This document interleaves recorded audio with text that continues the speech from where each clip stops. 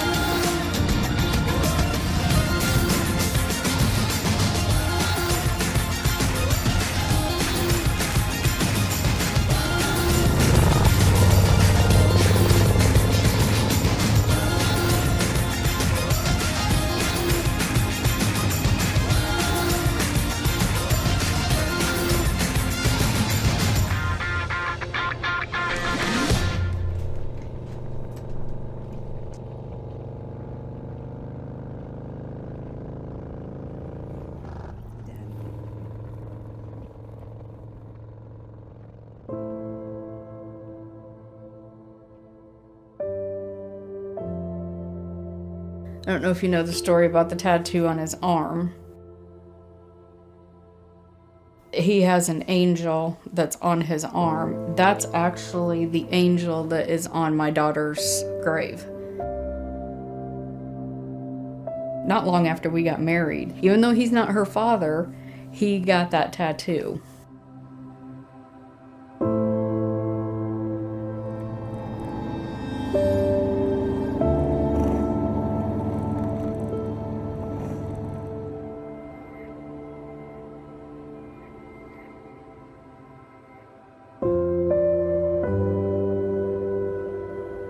I'm probably the richest man in the world.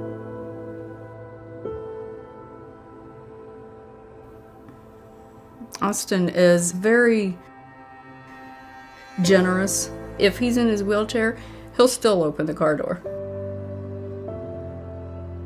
It was actually my daughter's birthday. She was stillborn. And I was going out to the cemetery to take flowers out, and my phone rang. It was him, and he had asked me to go out that night on a blind date. When we got married years later, we got married on June 15th because that was her birthday. That was, when we met, and we actually got married out at the chapel where she's buried.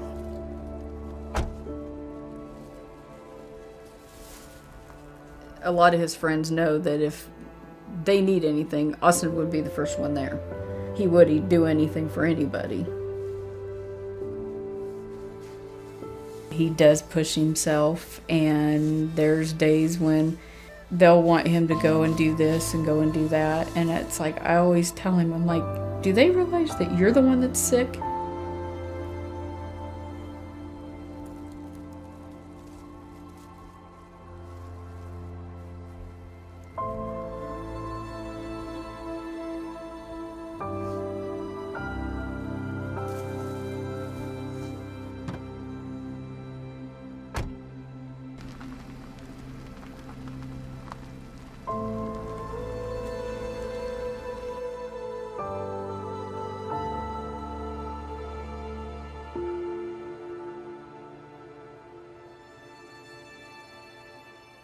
Well, my name is Austin Crawford. I'm 49 years old. I was diagnosed with a disease called MSA, or multiple system atrophy. Hi, this is Austin Crawford. I'd like to talk to my neurologist. It is a neurological disease that is very rare. Even doctors or some neurologists have troubles even distinguishing what it is. First, I was diagnosed with Parkinson's in 2012, and then our diagnosis of MSA was in 2017. Hello. That would be 2012, 9 years now. And the average lifespan is 5 to 9 years on the average, according to the MSA Coalition. Rapidly, you just lose it. It's a fight every single minute. Like right now, my toe is about ready to break off. The only thing you have is your drive to keep going.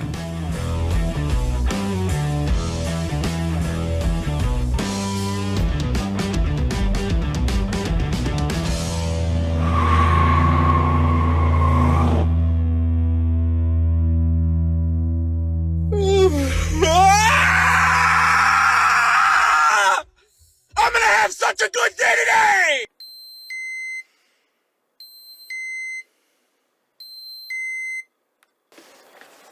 I do have a full feeding tube now. I do have a full-time caretaker. Every day is a new challenge, and every day is a challenge that I have to wake up and face. Just putting my feet on the floor, saying hello to a friend, going out and turning a wrench on the car. Yeah, my day is spent trying to get this word out.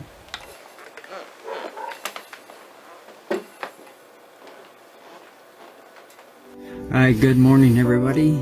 It's Tuesday. I just want to let you know I am still alive. I will be getting back to TikTok as soon as we are finishing up this film. You guys, I can't wait. Yes.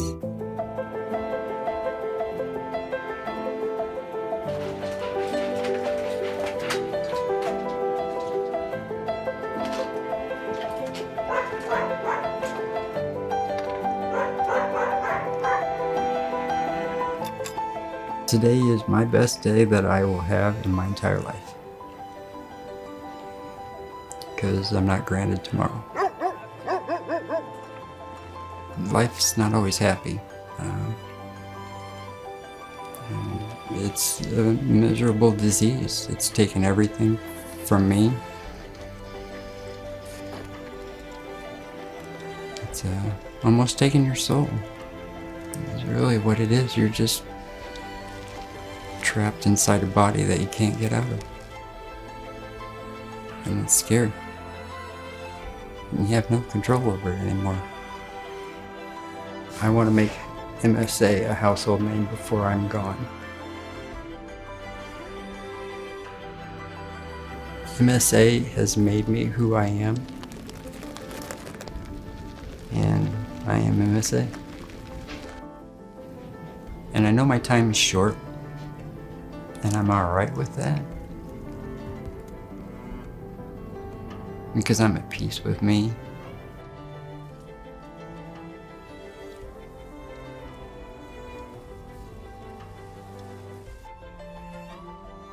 You don't get to choose anymore.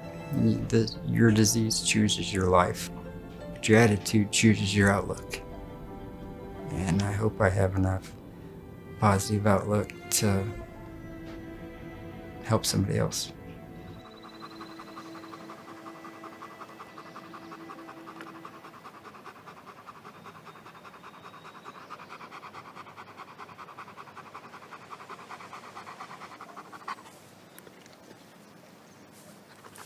Ready?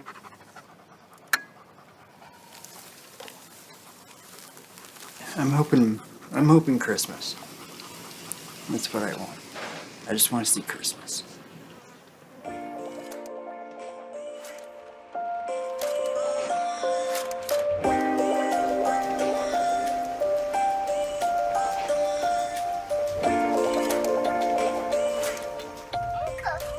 You don't need coffee. Yes, I do. No, you don't. Yes, I do. No, you don't. Yeah.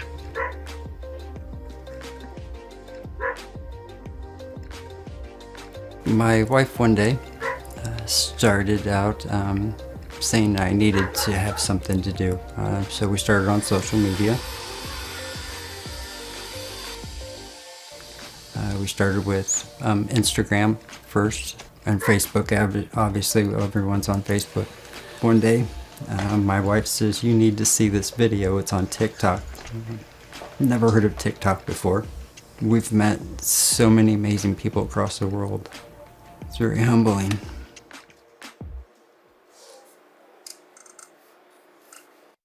Many of you that know me know that I did the documentary. And obviously, in the video, there was a trike. The trike is no longer with us, obviously. We have a 1970 Dodge Dart. We've turned into a rolling billboard with several sponsors. We've been able to raise a lot of awareness with the MSA Dart, or what I like to call the Beast. Came to know Austin when he sent me a message on an online forum, and he goes on to tell me that he has this disease known as MSA. To get that diagnosis and know that your days on earth here are numbered, and the first thing you think of is you're going to help as many people as you possibly can, it was just amazing for me to hear.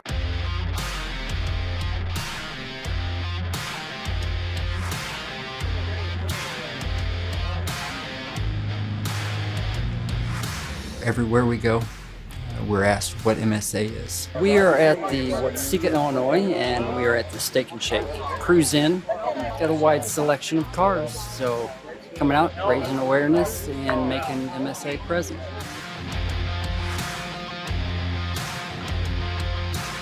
The last 2 years, I've lost the ability to do a lot, but gained the ability to be more expressive and more open about my illness. That's been God's blessing to me, is to be able to open up and actually talk about this disease. That's probably been my greatest blessing over the last 2 years. Just getting the MSA out there, I think that's his biggest kind of role right now. He's just so focused and so driven about getting the word out.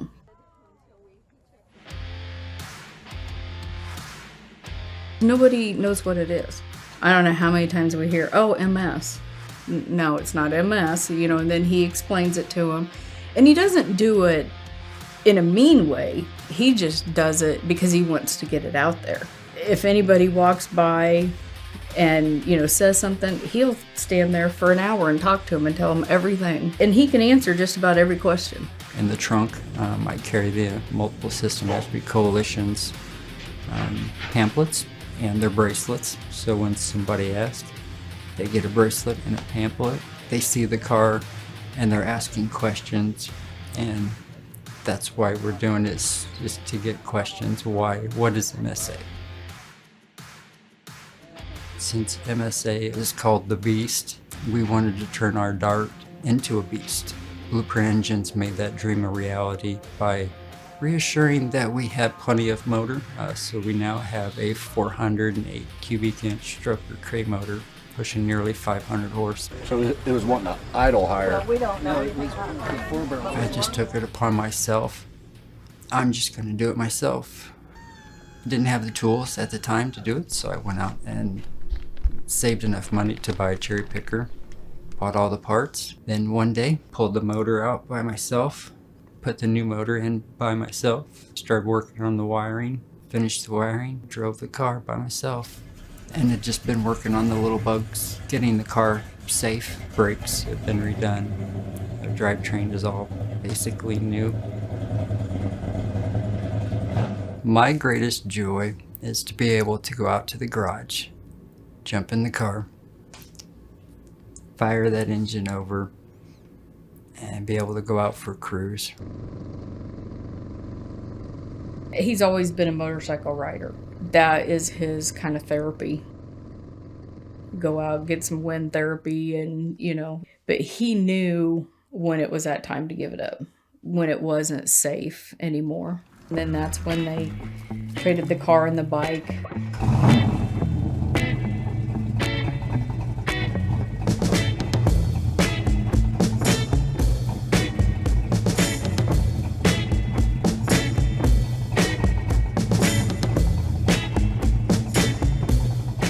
I still believe I can go back on that bike. But my reality is that this car is an extension of that bike. It's that freedom that you're getting. The feeling of being behind 500 horsepower is nothing short of miraculous. The smell of fuel, the smell of the exhaust, the rumble notes, knowing that you can actually go out there, pull up next to the guys and they respect you for what you've built. It's not the prettiest car in the world. It's not the fastest car in the world. It's not the most powerful car in the world. But it stands for something.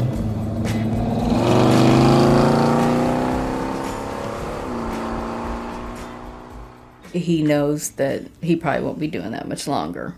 And I think that's tough. He doesn't like to have to depend on anybody. He's always gone and done it. And because I'll even say, well, I'll drive. No, I'll drive.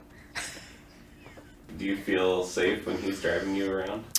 There's been a couple of times when I've known that he's to the point where he's tired and I'm like, you know what, just let me drive. I'll drive home or whatever.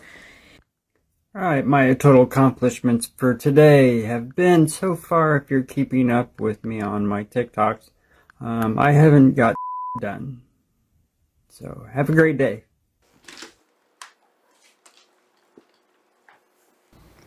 For me not being able to get out of the house, TikTok has actually been a saving grace. It has allowed me to be able to still express our story and hear other people's stories on what they've been through. I think a lot of the TikTok stuff that he does, even though it's so stupid and corny, he's always said, he's like, well, I'm doing it for you and Caitlin, you know, so you have something to remember.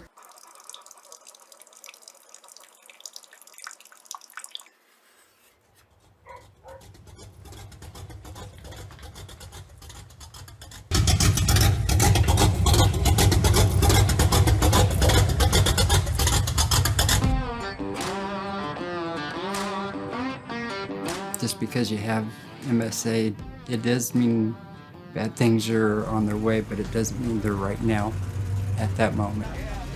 Yeah, I don't believe in the last 2 years I'm focusing on what I had. I'm focusing on what I have now and what's important. And that's to get the awareness out of MSA.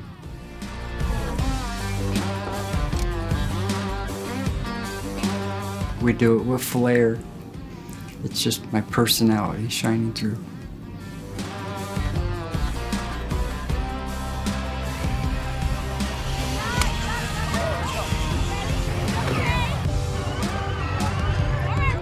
I'm not always happy and cheery, but I do the best I can to remain positive, because if I know if I'm positive, my attitude will rub off on the next person.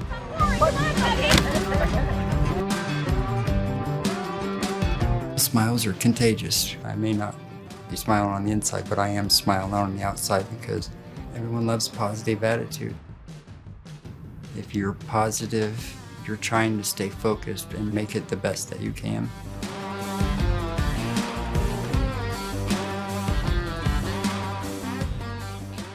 Did I do enough?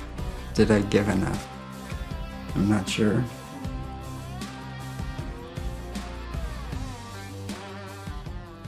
It's 106 miles to Chicago. We got a full tank of gas, half a pack of cigarettes. It's dark and we're wearing sunglasses. Hit it!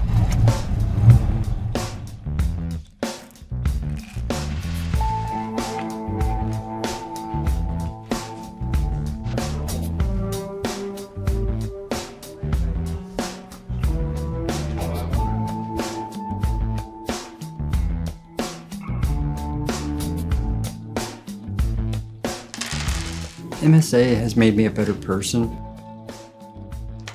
It may sound weird. It's actually made me realize that I'm just a regular person just like everybody else. I thought, I was doing so great. I had everything. I had the world in the palm of my hand. Everything I'd done was magical.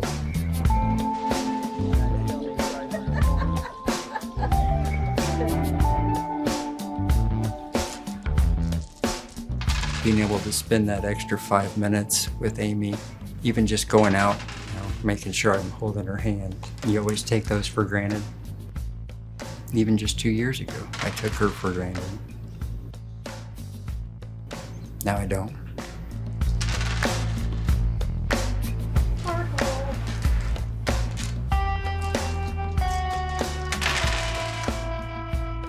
Have we ever played the game of life? We're playing it right now. We're not winning. Oh, I meant the board game. Uh-oh. Yeah, I don't think so either, though. Oh. Okay, that makes sense.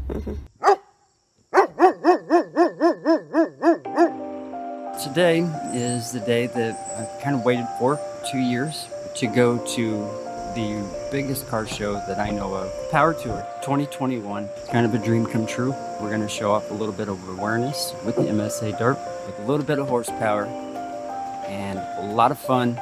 We're going to show that the Dart is capable and is going to be a blast to drive and show. That is going to be an experience. To be able to go to the Power Tour is kind of like a bucket list, like Sturgis for motorcycles. The Power Tour is the event of all events to go to if you're a car guy. And I have become that car guy. I wanted to do the Power Tour the second day that I had the car. I saw it on TV, I saw it on Motor Trend.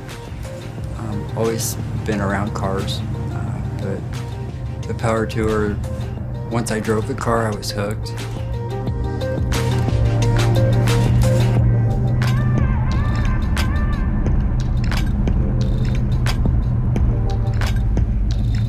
I think Austin's gonna be a kid in the candy store with this Power Tour. There's supposed to be like 20,000 cars or something like that, and he is really looking forward to that.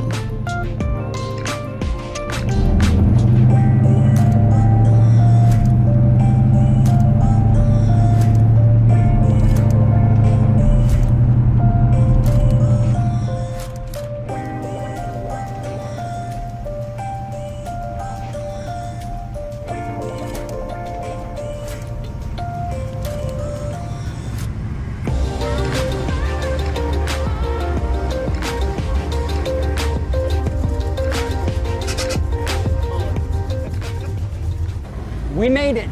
Power Tour 2021.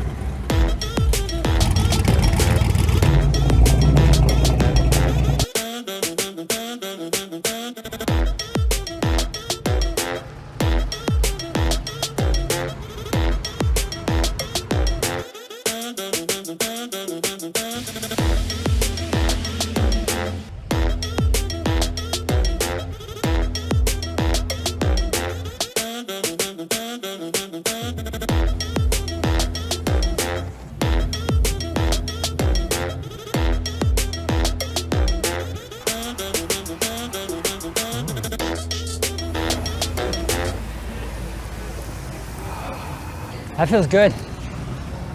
I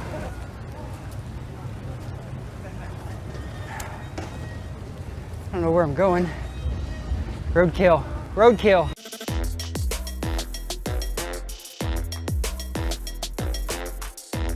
6, 7, 8. There are 10 parking lots, from everything from the Mulletmobile to the 55 Chevy that's behind you, to the Darts, Oldsmobiles, Rat Rods, you name it, and it is out here, and it is an amazing day, and I'm so glad to be part of it.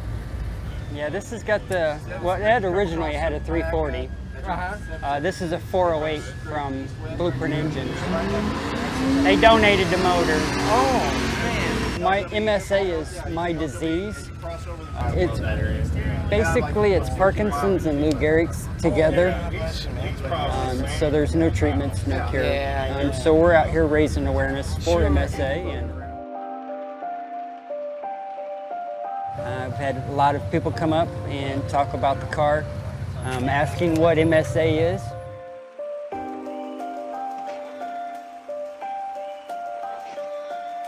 The one thing is it's supposed to be very, very hot, and with him, his body temperature isn't regulated. He doesn't know when he's hot and that kind of thing.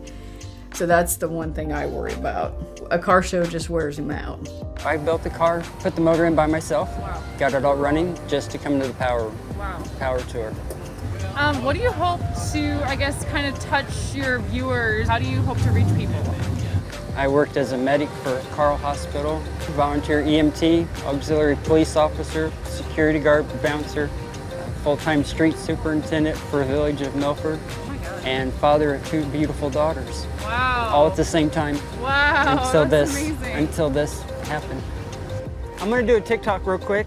Is that okay? Yeah. Do I have your permission?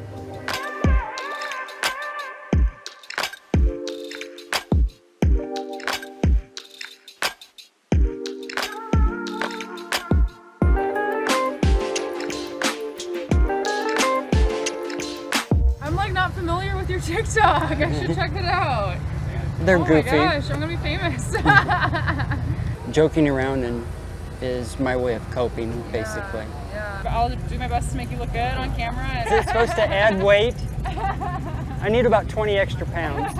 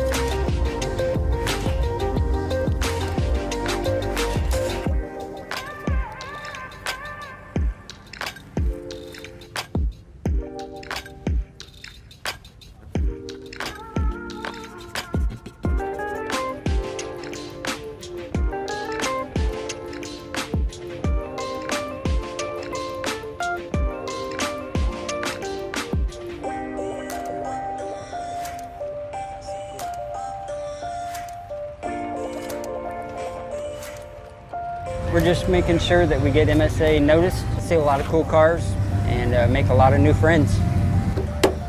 We did it.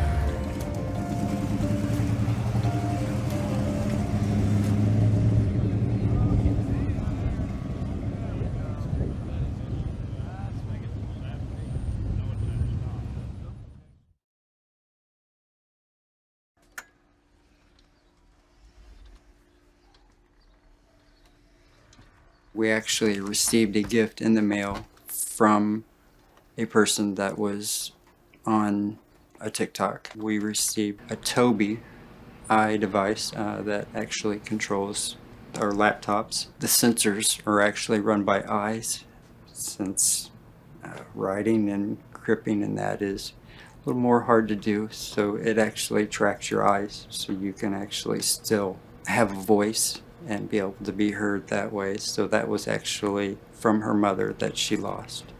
So that was a blessing. I learned something about one of my TikTok friends today. We honestly never know what someone's battling. It just humbles you. He is an amazing human being and a wonderful friend.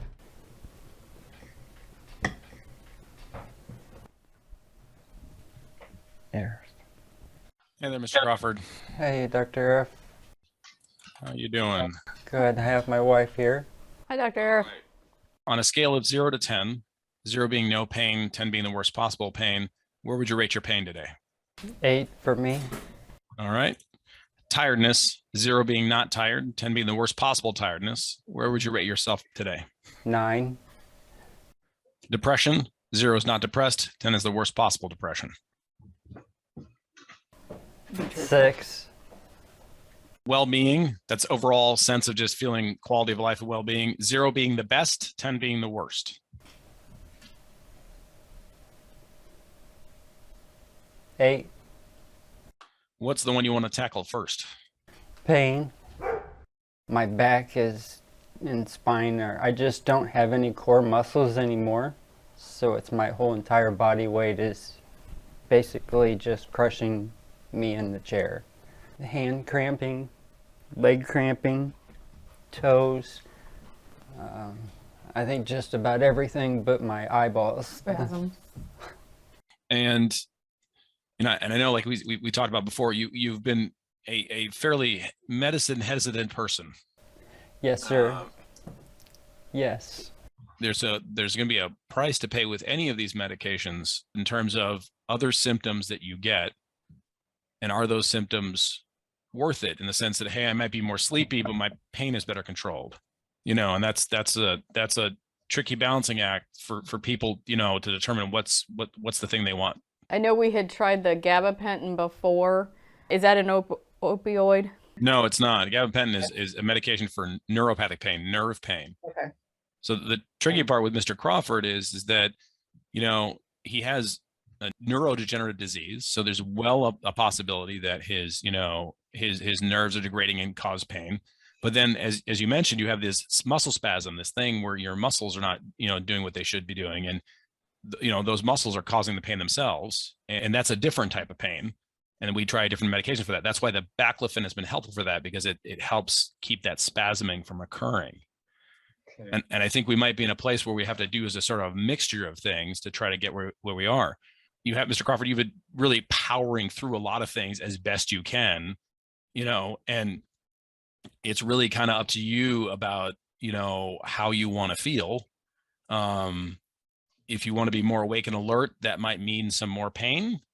But sometimes getting a little pain relief actually helps improve your sleep and will make you more awake and alert once we find that really fine balance. The crushing pain is the one that is from the spine. That's a lot of really basic symptom management type stuff, and that's what we can start with. But there are probably some bigger things we should talk about too. Is it okay we talk about that? Yes. Yeah. I mean, I can certainly see you've lost weight, you're more drawn, you're more contracted than you were. And you're good at talking a big game, but I think things have progressed. Yeah, I've taken a back seat. The other thing that we talked about when we initially met was decisions going forward and things like that. And one of the things you had decided on was a feeding tube, which seemed very reasonable at that time, because you had some things you wanted to do and you couldn't get the calories in. But one of the things that we haven't really discussed is things like code status. When your heart stops, should we do CPR? When that happens, it's not like you can sit there and start having a conversation about valid chance of life. Right. So when your heart stops, it's from complications of your multi-system atrophy, right? It has caused now something that's happened either to your heart or your lungs, which is not compatible with life anymore. If we find you without a heartbeat, should we try to bring you back or should we not try to bring you back? Mm-hmm. And I would argue when somebody has an advanced disease like Mr. Crawford does, to be brought back to die from that disease again is probably not that helpful. It's not my battle to win. Well, battle's not worthwhile because you win or lose. Battle's worthwhile because it's fighting for the things that are important for you. Yeah, very true. And you have certainly fought for a lot of things that are important for you. Thank you. I'm trying. I know you're trying really, really hard. Yeah. It's almost like I'm failing. I think you take way too much responsibility for this. So failing would not be advocating. Failing would not be, trying to take care of yourself. You've done all those things. Unfortunately, all of us have a beginning and we have an end. Yeah. Some of us have an end from one thing, some of us have an end from another thing. You're a nice guy, you're a fun guy. I'm sorry that you have a disease that struck you down this early. But despite this disease, you're a positive individual. You put up with me. You advocate for other people with your disease. You've been working on different projects. You really haven't let this disease define you at all. Do you think it is time for the hospice? I don't know. Okay. Because normally our criteria for ALS are pretty clear. He doesn't have ALS. You have a disease that I have one patient with, that I have seen once in my career. From what I saw from the gentleman I met in person about a year ago to now, there's been significant change. If that change is going to continue, this may be upon you sooner than you might like. but it would add some extra support and things like that. It would hopefully also, if you did run into trouble, prevent you from having to be hospitalized, and things like that. Because if you're in trouble, you can call them 24 hours a day. Well, otherwise, you just have 911 to call 24 hours a day. Right. You have pushed on the edges of that box for so long, and you can still push on it as much as you like. We just need to get some other support structures in place. Yeah, I agree. I agree.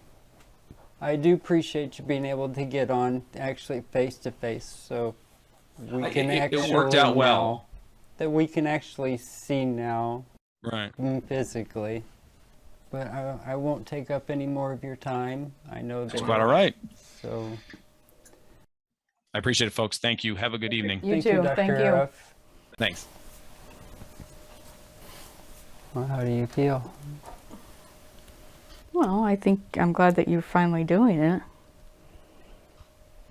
I think you've waited too long to get some pain meds, and I think that's what you need to do.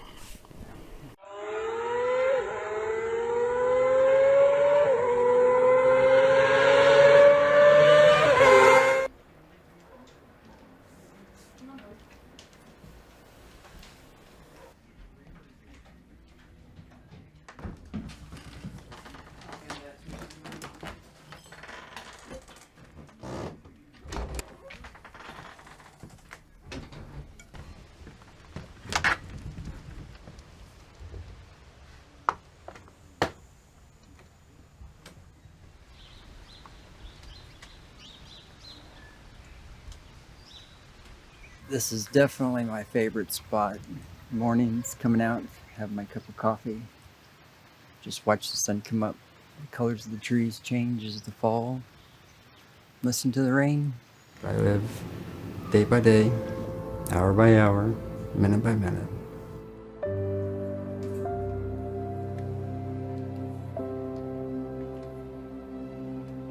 It really has opened up my eyes to life. It really has. It's made me stop and think, am I doing this for nothing? What is my purpose?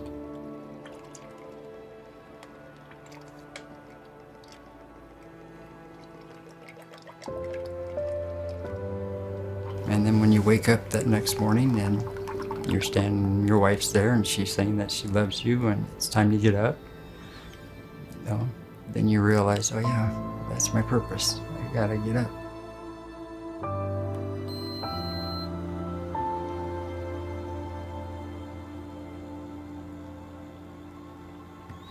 You have people looking forward to you, and I took it for granted.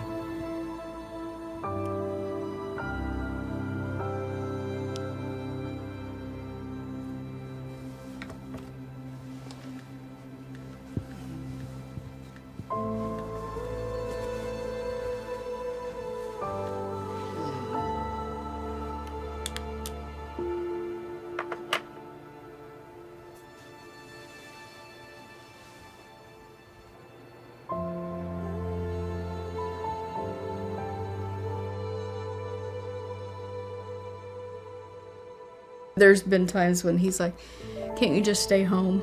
And it's like, I don't think I could do that. I don't think at first he understood that, but I think a spouse, caretaker, you have to have your own time too. I can at least come out for a couple hours, work, get my mind off of everything. And the Department of Rehabilitation is great too, because that's one of their major things. They want to allow the spouse to, get out, still be able to work. They want to have you be able to have the caretaker, so then when I come home, I don't have to worry about doing cleaning the house or doing that. I can spend time with him. He is spending more time sleeping, especially in the afternoons, and usually getting up about the time I'm getting home from work. He never did that before. That's just really been in the last month and a half, 2 months maybe. He's probably thinking that he doesn't have a lot more time. And I think that's why he's really wanting Caitlin to come home and spend some time with her. And because I think he knows that, he's not going to be around much longer.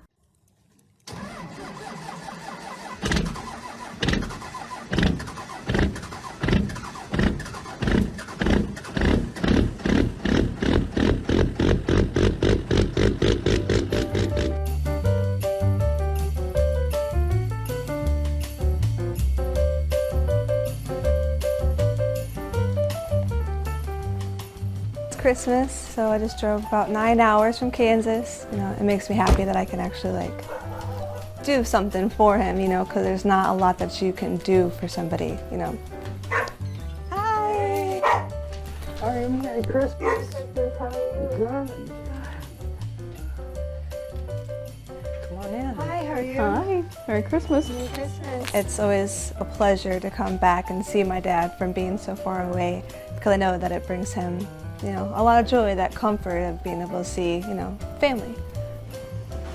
You have to open that one first. Thank you. My stepmom always tells me that I'm just like my dad. We try to do everything that we can for everybody else, you know, on top of trying to make sure that we stay strong for ourselves too. Those are cute. Oh, nice. Yeah, that's got some special meaning behind it. It resonates, you know, like we're the same. So, and it makes me really proud to know that like he can still stay so strong. They're nice and warm. Thank you. It feels like it's gonna be nice and warm. They're real soft. Yeah. It helps me out too. Well, my day isn't as bad as compared to like what my dad has to do. And if he can do it, I can do it too. The everyday motivation to keep getting up, going to work, coming home, taking care of life. I figured you needed some stuff for your new house. Yes. Well, you've got your first home, so now you've got your first home sweet home sign. Oh, thanks, guys. One of the things I'd really like people to remember about my dad is his drive, pure and simple. He faces life every single day knowing it's going to be hard and still completes every single day. I mean, everybody faces challenges. It's how you head on to those challenges is what gets you through the next phase. That drive to just push yourself that you can do it, it's there.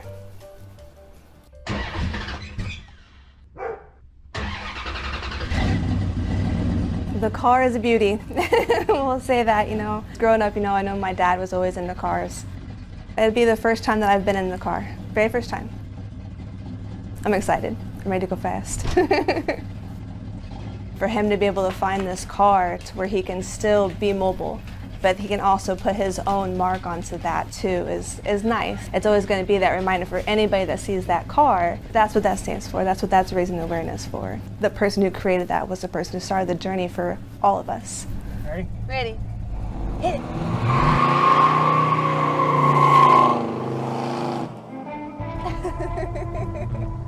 Nice.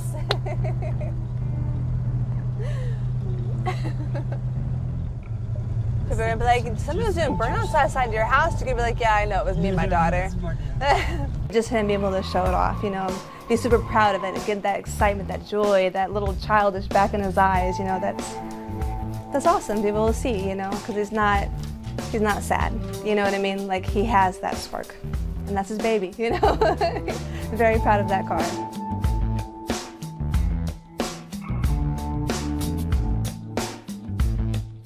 As a daughter, when you're growing up, your parents always try to protect you from everything. You know, they don't want you to see the bad things in life because they want you to enjoy that childhood. And then as an adult, you kind of grow up and then you see everything for how it really is. And you know that no matter what, everybody's going to leave.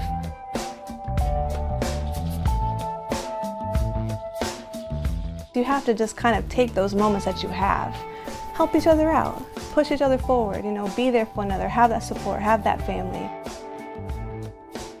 That's what makes you the richest person. Well, I took off, started running.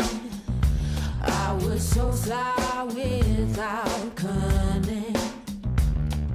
So far gone, I laid here alone. And don't you think I think it's not funny? From below, golden silver shows up pure as snow. Like everybody's